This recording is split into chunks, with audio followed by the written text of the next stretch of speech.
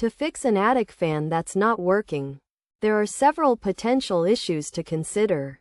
The problems can often be attributed to one of three main causes: a power source problem, a faulty fan motor, or a faulty thermostat. To address these issues, start by checking the power supply to ensure the fan is receiving power. Verify that the circuit breaker hasn't tripped, and if it has, switch it back on.